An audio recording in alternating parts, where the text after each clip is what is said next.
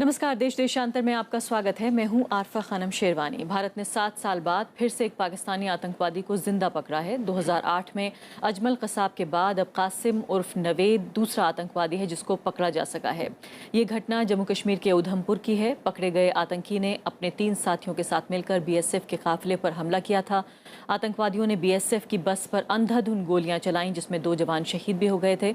जवाबी कार्रवाई में 2 आतंकी मारे गए थे, वहीं एक को लोगों ने जिंदा पकड़ लिया। ये गांव वालों ने पकड़ा है।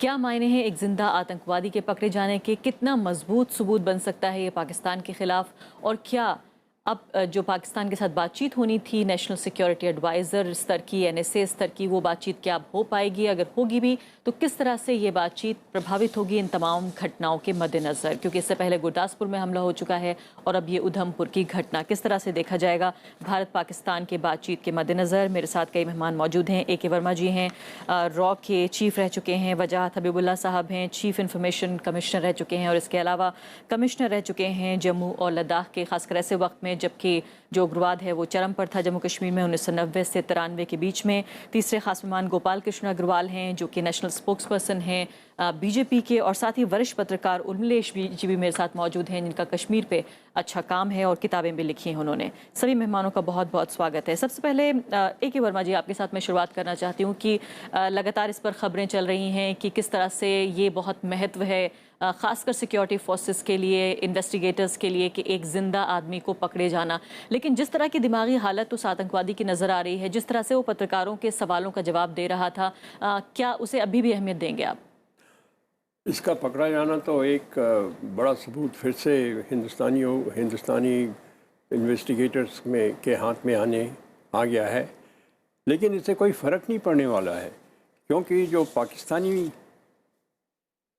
पाकिस्तान में जो रूलर्स हैं वो ना अपने डिप्लोमेट्स की बात सुनते हैं, ना अपने सिविल सोसाइटी लीडर्स की बात सुनते हैं, ना अपने गवर्नमेंट की बात सुनते हैं। उनका एक ही ध्येय है वहाँ की मिलिट्री का, वहाँ की आईएसआई का, वो ये है कि किस तरह वहाँ की एक्सट्रीमिस्ट संस्थाओं से मिल कर के हिंदुस्तान का नाश किया जाए। ये उनके एजुकेशन सिस्टम में भरा हुआ है, इस तरह की सीख उनके मिलिट्री डॉक्ट्री में भरा हुआ है। और जब एक अफसर, मिलिट्री अफसर वहाँ से ग्रेजुएट होता है तो उसको ये शपथ लेनी पड़ती है कि वो जब तक कि हिंदुस्तान से 1971 का बदला नहीं लेगा तब तक कि उसे शांति नहीं मिलेगी। तो इस तरह की जब पॉलिसी है जो वहाँ के सिविलियन अथॉरिटीज़ या सिविल सोसाइटी के अंतर्गत नहीं आती है, उनके कंट्रोल में नहीं आती है, तो इसलिए ये जो सिलसिला अभी आप देख रही हैं, एक और आदमी पकड़ा गया, ये सिलसिला चलता ही रहेगा। इसमें कोई फ़र्क नहीं आने वाला है, चाहे हम लोग एनएसए की स्तर पे बात करें या फॉरेन मिनिस्टर के। चलिए, बातचीत का तो हम जरूर जिक्र करेंगे, लेकिन मैं आपसे ये जानना चाह रही थी कि सिक्योरिटी एजेंसीज के लिए, खासकर जब एनएसए लेवल की बातचीत होगी तो इस तरह की उनको सफलता कभी कभी मिलती रहती है, हमेशा नहीं मिलती है, लेकिन कभी मिल जाती है। लेकिन उसका फल क्या होता है?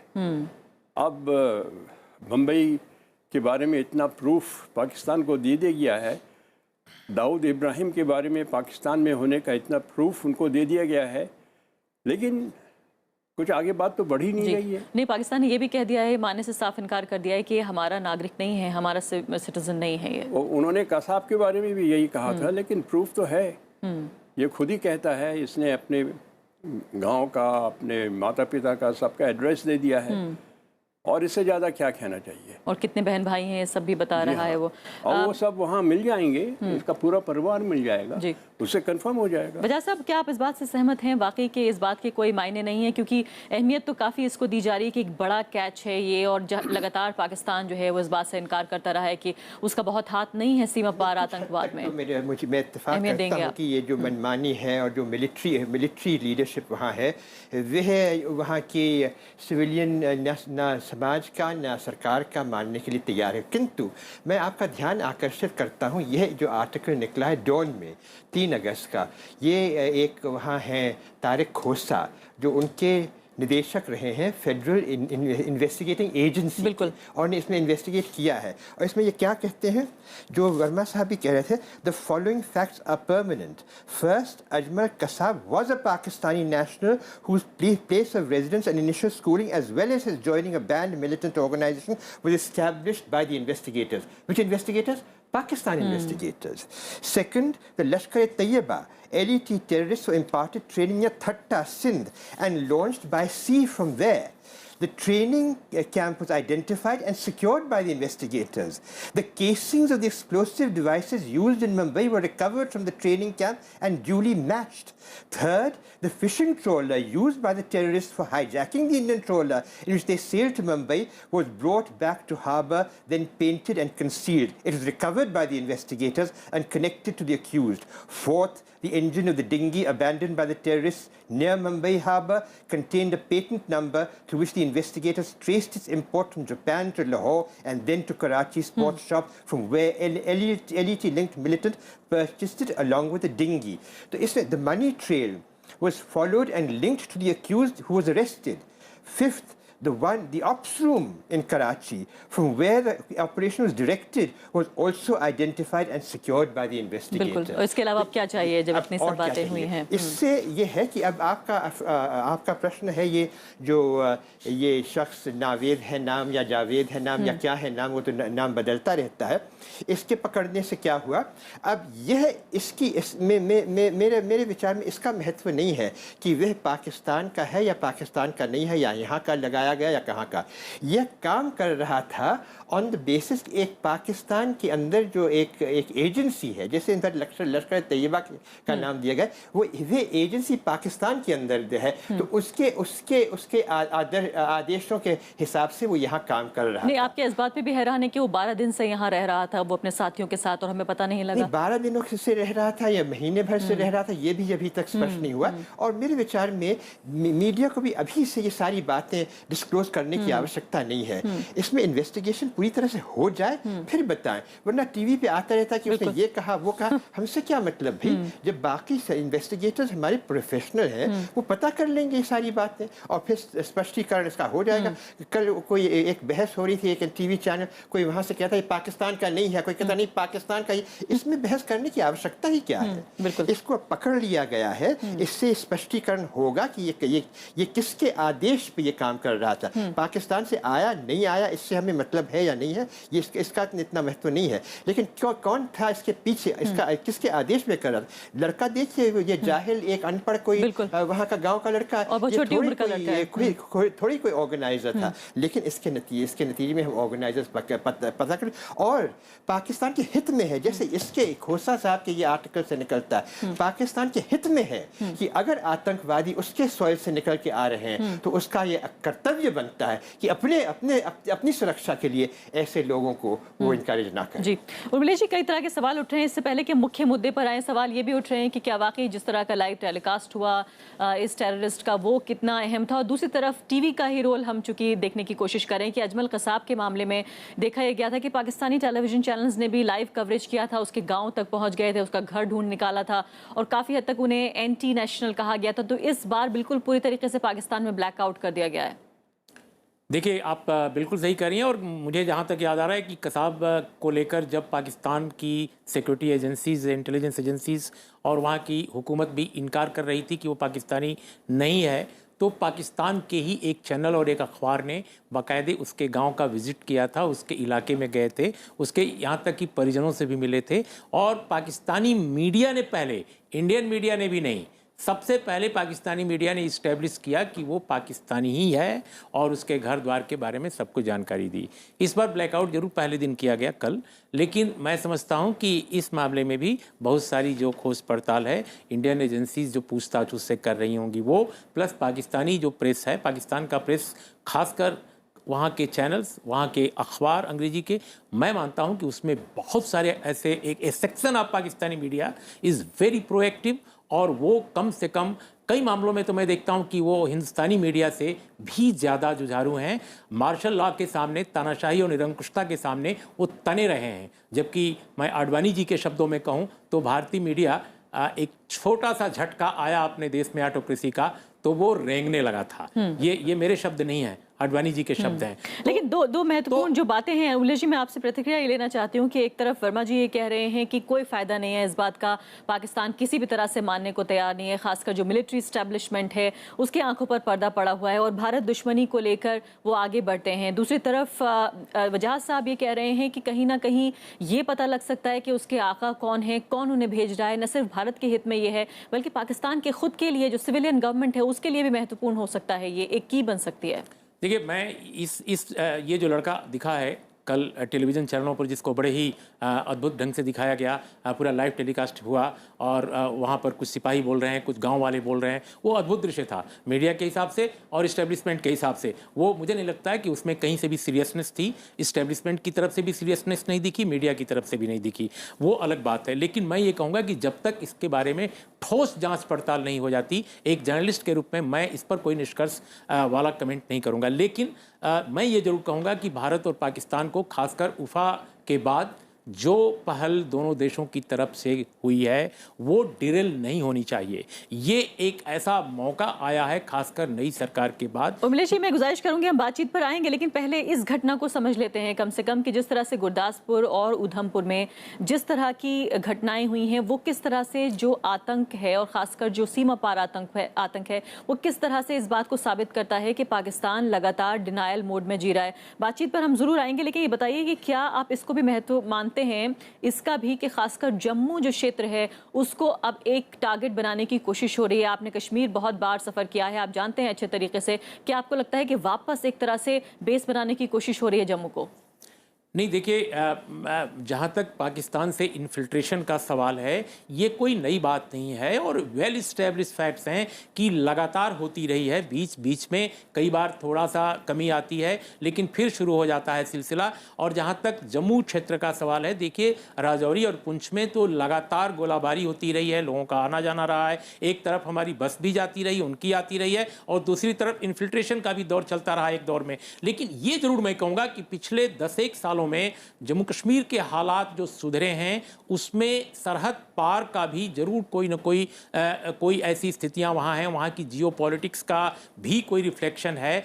मैं उसकी बात कर रहा हूं। आज जरूरत इस बात का है कि जो पॉलिटिकल इनिशिएटिव है उसको किसी हड़बड़ी में डिरेल न किया जाए, क्योंकि ये जो इन्फिल्ट्रेशन है इसको भी रोकने का तरीका, जो मुश्किलात हैं उनको भी रोकने का तरीका संवाद है, से होने वाला संवाद है। आईएसआई की जो साजिशें हैं जिसकी तरफ वर्मा जी ने संकेत दिया, देखिए उन चीज़ों को भी वहाँ की जमहूरियत, सिविल सोसाइटी और समझदार जो लोग हैं पाकिस्तान के, जो चाहते हैं कि भारत से रिश्ते बेहतर हों, उनको एम्पावर किए बगैर इंटरनेशनली नेशनली आप नहीं कोई बड़ा काम कर सकते हैं। पाकिस्तान अगर आतंकवाद का मुकाम है तो उसका विक्टिम भी है, हमें इस बात को नहीं भूलना चाहिए। भारत तो विक्टिम है ही है, वह भी विक्टिम है और वो अपने ही लोगों का विक्टिम है जिन लोगों ने इंस्पायर किया है या इंस्टिगेट किया है उन लोगों को। तो इस पूरे पर्सपेक्टिव से भारत की सरकार को इस पर जरूर सोचना चाहिए और नवाज शरीफ साहब को भी। जी हाँ, गोपाल जी बताइए कि आपकी सरकार किस तरह से देखती है इन आतंकवादी घटनाओं को? खासकर हम जानते हैं कि गृह मंत्री का खुद बयान आया था,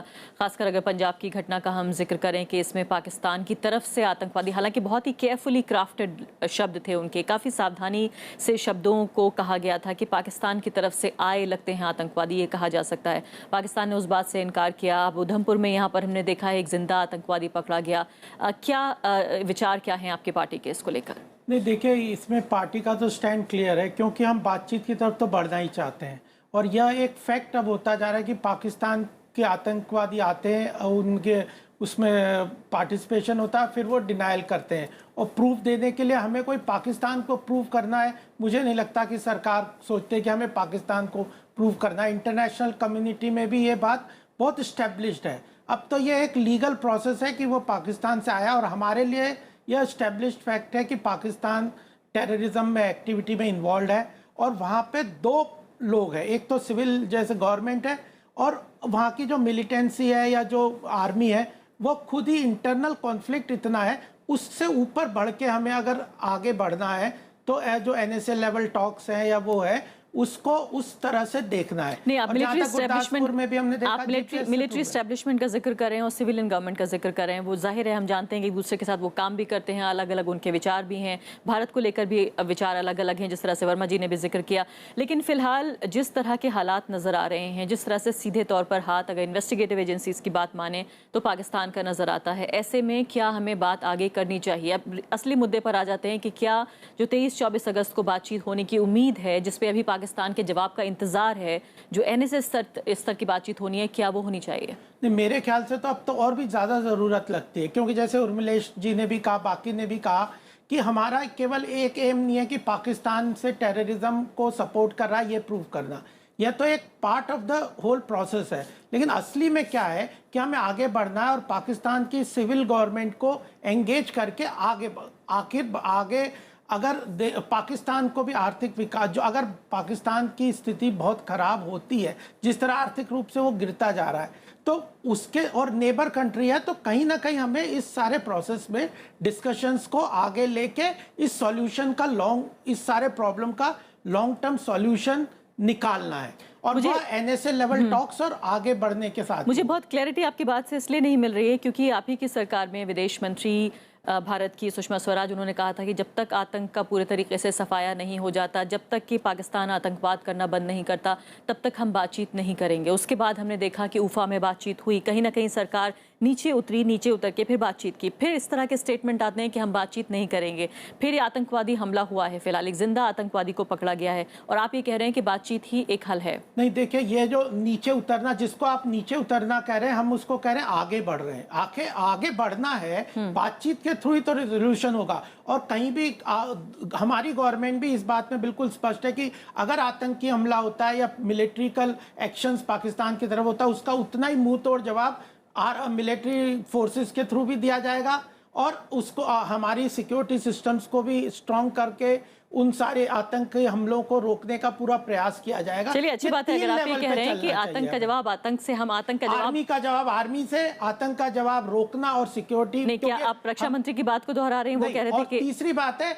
हमें देश के हित में, लार्जर इंटरेस्ट में बातचीत के थ्रू आगे बढ़ना भी बहुत आवश्यक है, और वह भी एक प्रोसेस है कि हम आतंकवाद को उसको कैसे टैकल करेंगे। इंटरनेशनल प्रेशर्स भी हम इसके द्वारा क्रिएट कर सकते हैं। ये जो सारी चीजें, या GPS का गुरुदासपुर में बहुत क्लियर अभी तो प्रूफ है कि गुरदासपुर में वो GPS रिकॉर्ड आ रहे हैं, फिर तो ये सारी चीजें मुझे लगता है कि तीनों लेवल पे, अलग-अलग लेवल पे। हालांकि AK वर्मा जी कह रहे हैं कि सबूतों को कोई फायदा नहीं है। वर्मा जी, आप क्या इस बात से सहमत हैं कि बातचीत जो है उसको आगे बढ़ना चाहिए? अभी आर्थिक स्तर पर भी बातचीत का जिक्र कर रहे हैं गोपाल जी, आतंक अपनी जगह है, बातचीत अपनी जगह है, क्या ये अंडरस्टैंडिंग भारतीय जो एस्टेब्लिशमेंट है उसमें बन चुकी है? थ्योरेटिकली मैं इस बात से सहमत हूँ कि कुछ ना कुछ बातचीत होनी चाहिए, लेकिन ये भी हमें समझना चाहिए कि पाकिस्तान की रियलिटी क्या है। वो उस रियलिटी को देखते हुए ये बातचीत हमें कहीं नहीं ले जाएगी, अभी तक नहीं ले गई है। इतने सालों से बात हो रही है, कई बार बातें शुरू होती हैं फिर ख़त्म हो जाती हैं, अंत क्या है? पिछले लगभग 70 सालों से हम कहाँ पाकिस्तान के पास पहुँच चुके हैं।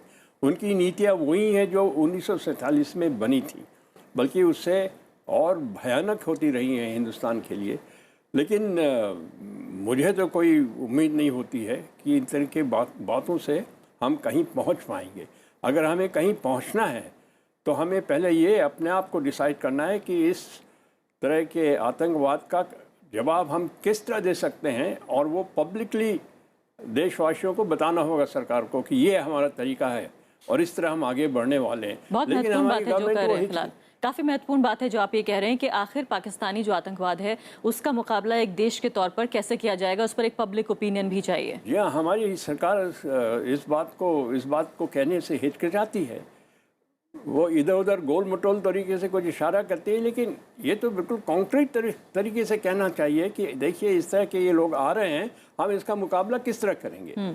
खास इस बात का जवाब देना चाहिए, और कोई तरीका नहीं है। वर्मा जी के हित में ये मैं कहूँगा कि मेरी सहमति में ये कहूँगा कि मेरी एक दोस्त है क्रिस्टीन फे, अमेरिका में US इंस्टीट्यूट ऑफ पीस में मेरे साथ थी।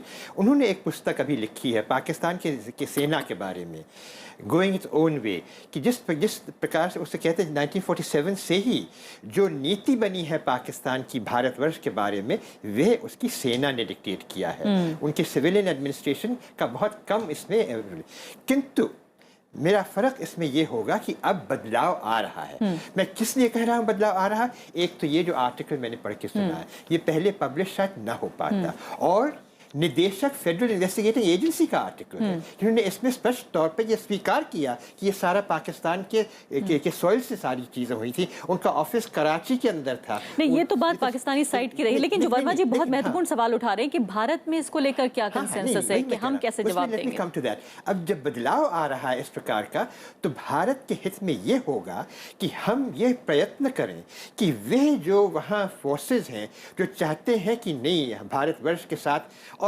ऐसे हैं, मैं निजी तौर पर ये अवश्य कह सकता हूँ कि जनरेशन अब बदलाव आ गया, यंगर जनरेशन, ये चाहते हैं अपनी आर्थिक प्रगति, ये चाहते हैं कि अपना संसार में अपना नाम बनाए, अपने देश का नाम बनाए, अपना नाम बनाए। इनको ये जो चीज़ें हैं, ये भारतवर्ष के साथ झगड़ा करने, और भारतवर्ष में उनके लिए भी बहुत अपॉर्चुनिटीज है, भारतवर्ष का उनके साथ अपॉर्चुनिटी, जैसे गैस वगैरह की बात। लेकिन वहाँ की जो यंग जनरेशन है, क्या उसके व्यूज का रिप्रेजेंटेशन मिलिट्री एस्टेब्लिशमेंट करता है? वे नहीं है, इस समय वे नहीं है। और जैसे वर्मा जी कहते हैं, उनकी सिविल सोसाइटी की अभी आवाज़ अपना इंप्रेशन बना नहीं पाती है। तो हमारे हित में अवश्य यही होगा कि हम ये प्रयत्न करें कि उनको शक्ति दें। और इसीलिए मैं समझता हूँ कि मोदी जी ने ये कदम जो उठाया, not a climb down at all, इसके बावजूद कि ये सारी जो फोर्सेस हैं जो आप बता रहे हैं, इसके बारे में ये सारा किंतु उन्होंने ये काम किया। वाजपेयी जी ने भी यही काम किया था।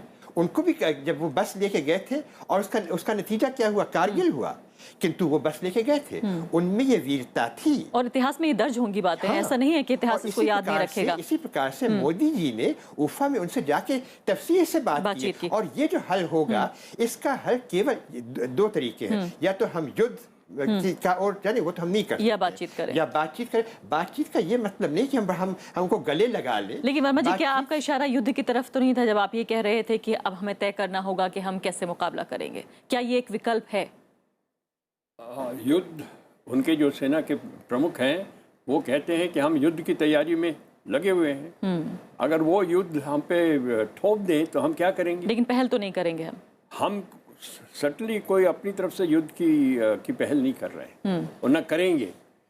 लेकिन इस बात से हमको सचेत रहना चाहिए कि ये हम पे थोपा जा सकता है। लेकिन आप किस तरफ इशारा कर रहे थे जब आप ये कह रहे थे कि भारत में इसको लेकर सहमति नहीं है, कि भारत कब तक ये आतंकवाद का जो दंश है वो सहेगा? मैं ये कह रहा था कि हम एक नेशनल सिक्योरिटी डॉक्ट्रिन बना के उसका ऐलान करें कि ऐसी हालत में हम उसका किस तरह जवाब देंगे, और उसमें जो जवाब देने के तरीके सबका जिक्र किया, सबका विकल्प होना चाहिए, स्पष्टीकरण होने चाहिए। उर्मिला जी, मैं आती हूँ आपकी तरफ। उर्मिला जी, आपकी क्या राय है इस बारे में? दोनों जो मेहमान यहाँ पर कह रहे हैं, एक तरफ बात हो रही है बातचीत की सिविल सोसाइटी की, कि जो मिलिट्री एस्टेब्लिशमेंट है उसको अलग देखा जाए, सिविलियन सरकार है वो अलग है, सिविल सोसाइटी है वो अलग है, लेकिन क्या भारत में इसको लेकर एक आम राय है या बनाने की कोशिश है कि जो आतंकवाद है, जो आतंकवादी हमले हैं, खासकर जो क्रॉस बॉर्डर के हैं, उस पर भारत किस तरह से प्रतिक्रिया जाहिर करेगा? एक उलझन सी लगती है क्या आपको? देखिए, ये अजीब संजोग है कि भारत और पाकिस्तान दोनों के अंदर इस प्रश्न पर डिस्कोर्स या विमर्श जो है बंटा हुआ है। अलग अलग सोच के लोग भारत में भी हैं, उसी तरह से पाकिस्तान में भी अलग अलग सोच के लोग हैं इन समस्याओं के समाधान के बारे में।